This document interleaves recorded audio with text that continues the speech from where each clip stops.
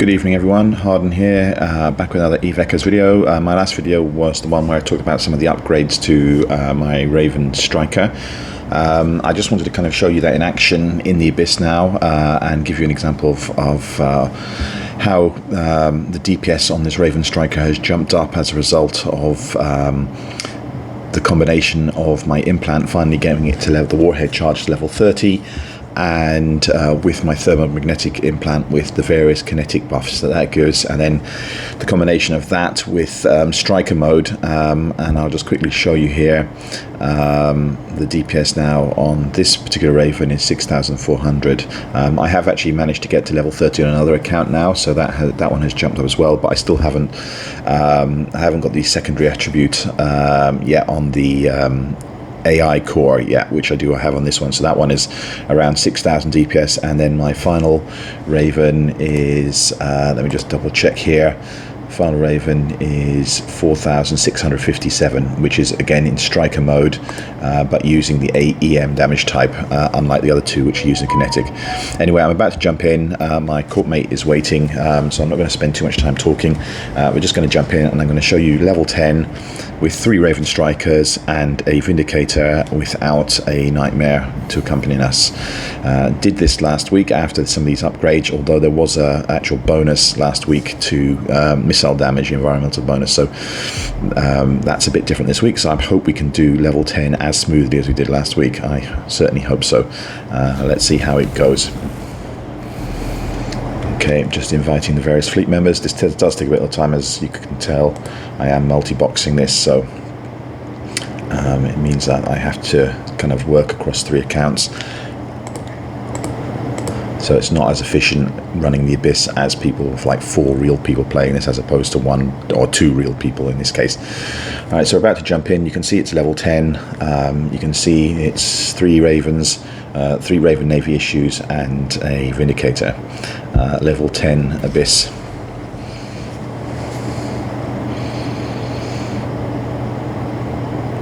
Hoping I don't mess this up. Okay, in we go. First thing to do is activate my tank as soon as that appears. Okay, here we go. Let's start getting the tank activated. Doing that on all 3 accounts. Then next thing is to get into vital targets. Vital target. Vital target. And this one is again vital target, and what I'm going to do here is I'm going to focus fire on tower number 2. This one is going to focus on tower number 3, and this one's going to focus on tower number 6. Sorry, did I do number 4? Yeah, I did. Okay, and then what I'm going to do is I'm going to look up the other towers now. Well, that first one is getting shot.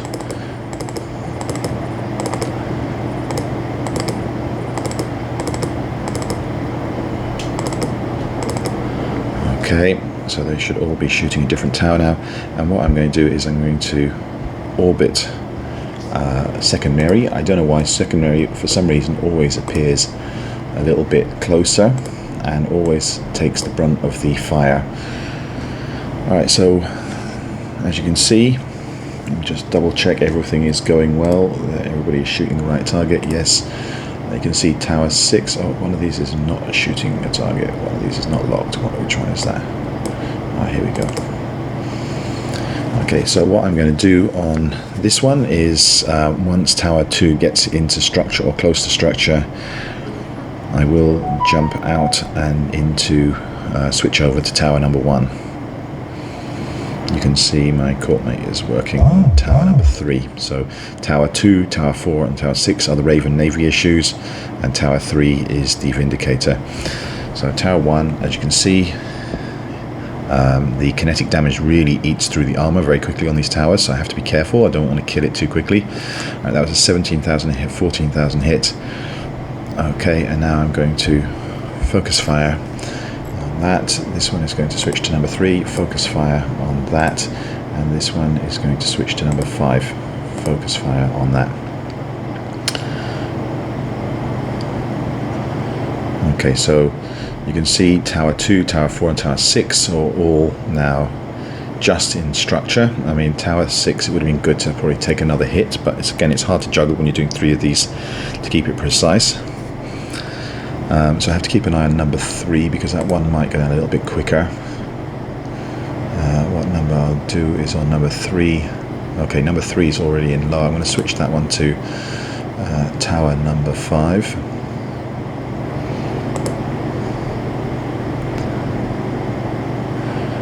Okay, and then tower number 1 is going to switch to tower number 2 by itself.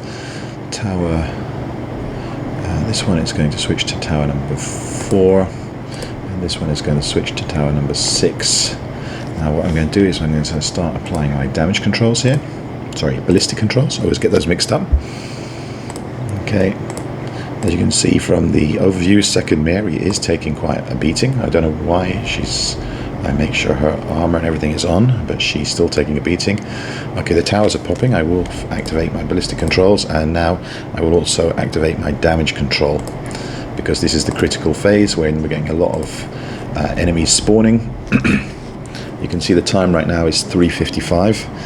Again, this is without any nightmare, without a shield field, and we're on to the last tower now. 5:10 is the timing that you really need to beat, because that's when you get shield extension on these towers. But as you can see, that has gone down. The time frame is, well, it's 4:15, just gone 4:15. We do have to wait a little bit of time, and you can see all those targets are down. Okay, and you can see here that, let's have a quick look. Okay, that's so Harden, which is this account, which is the one where I do have the implant Warhead Charge at 30 using the kinetic mode, the striker mode, complementing with the second level of the Golden AI, which has been unlocked. You can see that has led Harden there to do the most damage, 738,000. So we'll do one more run on this video. So again, just to give you the idea, as you can see, that it was not a fluke. So let me just jump in, Dormant Realm. We'll go before the Abyss again. Enter. Down to level 10. Confirm. And invite the members. Invite. Confirm. Confirm. Ready. Ready.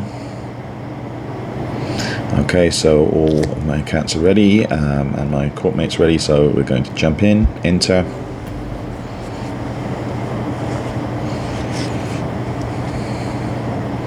There we go. So again, my objective first of all is to get my tank switched on all of the accounts as quickly as possible.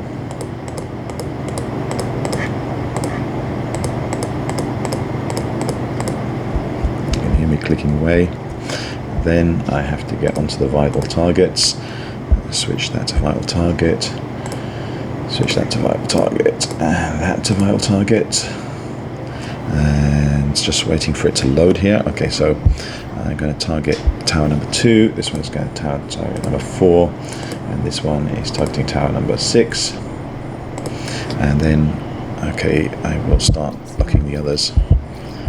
Actually, the way I'm doing this actually was a result of some advice that some people gave on one of my previous videos, which has helped speed this up a bit.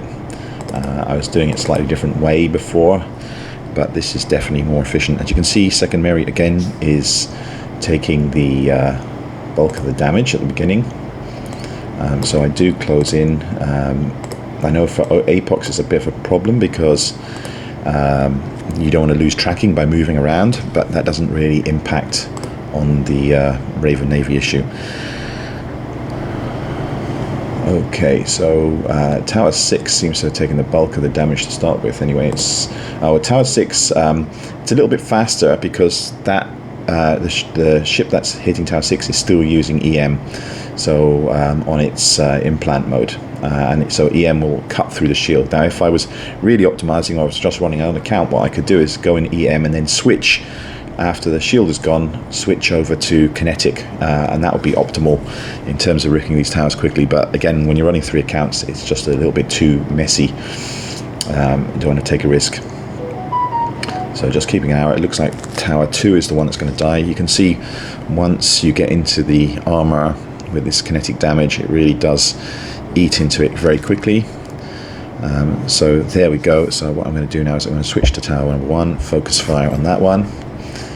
This one is also, so I'm going to switch to tower number 3, focus fire, and this one is, I'm going to switch to tower number 5, focus fire. And again, second Mary is taking a lot of damage. I don't know why I am orbiting. Oh, second Mary is seriously, I'm going to actually have to activate her ballistic now. I'm not sure why that is. It's so excessive. Okay, my one I'm targeting tower 5, I need to change him over to tower number... Yeah, the second Mary, I'm kind of at risk here, but I don't know why they're really focusing on there. I'm hoping this is going to buy some time. You can see her armor, her shield has stabilized a bit. Okay, I'm going to switch over to tower number 5 on that one. Okay, here I'm going to switch onto, ready to go onto tower number 2 when that dies, and I'm going to activate my ballistic. This one is going to switch to tower number 4, activate the ballistic, and this one is going to switch to tower number 6, activate the ballistic control there. Okay, towers are starting to die. Okay, I'm going to activate my second ballistic on all of these, and now I'm going to activate my damage control. But I can't activate my damage control on second Mary because I've already used it, because they were really eating into her. So let's fingers crossed for second Mary. Yeah, let's have a look. Second Mary's on. Oh, phew. Okay, so all the towers are down. Time wise, we're still under 4 minutes there. 3:58, 4 minutes. So more efficient. Again, a little bit scary there. This is why a shield field is probably optimal, because you won't have kind of those kind of random scares like I had there, where that second Mary started taking a lot of damage right from the very first wave, and actually needed to use that ballistic control. Again, one of the advantages of Navy Raven, damage control, one of the advantages of the Raven Navy issue is you do get a bonus to the damage control. It kind of operates for an extra 10 seconds, and it also the cooldown is also 10 seconds shorter. I mean, obviously in the Abyss you don't have time to use it again, so the cooldown doesn't matter, but at least you get that as extra 10 seconds. So in this case, that was extremely very helpful in helping second Mary stabilize the shield.